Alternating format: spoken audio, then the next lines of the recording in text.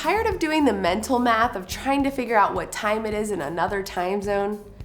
Is half your team in another area of the world, like the US East Coast or Europe? Add multiple time zones for calendar scheduling in one easy step. I'm Laura Mae Martin, Google's Productivity Advisor, here to show you how to work your space in Google Workspace. Today, we'll show you how to add multiple time zones for schedules in Calendar. Let's get started. Go to Calendar Settings, your current time zone, add additional, and display all time zones. You can name them whatever you'd like to help remember when scheduling.